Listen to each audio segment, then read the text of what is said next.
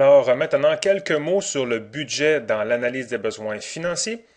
Alors vous allez trouver votre client, ici encore une fois James Bond et Bond Girl.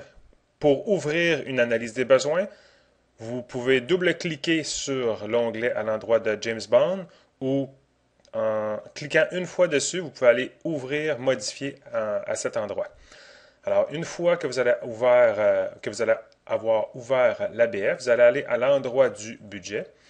Alors, il est important ici de comprendre que le salaire que vous allez mettre ici, c'est le salaire brut. On calcule le net d'une façon automatique selon un homme célibataire, comme il est indiqué dans la bulle, vous pouvez aller voir. Si vous n'êtes pas d'accord avec les chiffres qui sont indiqués à l'écran, vous êtes en mesure de les modifier.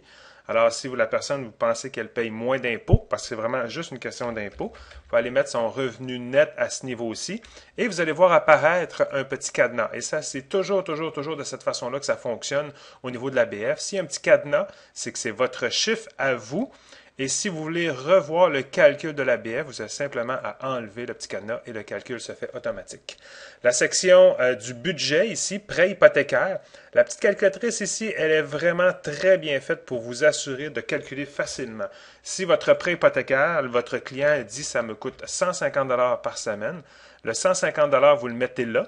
Vous voyez apparaître 150 $ par semaine, donc on vient multiplier par 26 et le calcul se fait automatiquement concernant, pas par 26, là, c'était attendez, c'était 150 par semaine, donc multiplié par 52 semaines, ça fait 7 800 $ par année au niveau du prêt hypothécaire. Alors cette calculatrice-là, vous pouvez la prendre, la mettre n'importe où pour pas qu'elle vous dérange, puis elle va pouvoir vous suivre partout au niveau de vos calculs dans l'analyse des besoins financiers.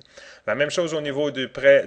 Ce qui est important ici dans le budget, vous pouvez le remplir à la hauteur qui est important pour vous et pour votre client. Cependant, si vous voulez faciliter votre travail dans l'analyse des besoins, les deux onglets les plus importants sont la section budget et la section bilan. Bien remplis, ces deux onglets-là vont vraiment vous aider à faire l'ensemble de l'analyse des besoins. Donc, prêt auto, prêt personnel, carte de crédit, marge de crédit, compte en souffrance, toute la section du passif. Si vous la remplissez correctement, le calcul de la dette va s'effectuer, le calcul ici de la dette, de réconciliation bancaire va se faire automatiquement pour vous aider à trouver des sous pour planifier la sécurité financière de votre client à long terme. Faire une planification de sécurité financière, c'est aussi gérer d'une façon stratégique ses passifs et c'est à ça que ça sert. Donc, assurez-vous de bien remplir les montants au niveau de la dette annuelle de chacun des investissements et Repman ABF va vous aider à faire un calcul très intéressant. La section dépenses annuelles, nous avons besoin particulièrement de la section épargne systématique. Épargne systématique, vous avez un onglet pour dire combien on met dans le enregistré globalement, comment on en met dans le non enregistré globalement et au niveau du calcul, à ce moment-là, pas tout, systématique 3000, là. En mettant 3000 de cette façon-là, il va arriver à 3000. Le petit vert qui est là, il était jaune avant, il était vert. Jaune, ça disait que les chiffres étaient différents à l'intérieur ici qu'à l'extérieur. C'est ça que ça veut dire le jaune, en fait. Alors, ceci étant dit, le 3000 va être récupéré dans l'analyse de retraite concernant la projection des sommes accumulées pour aider la personne à être en sécurité à la retraite.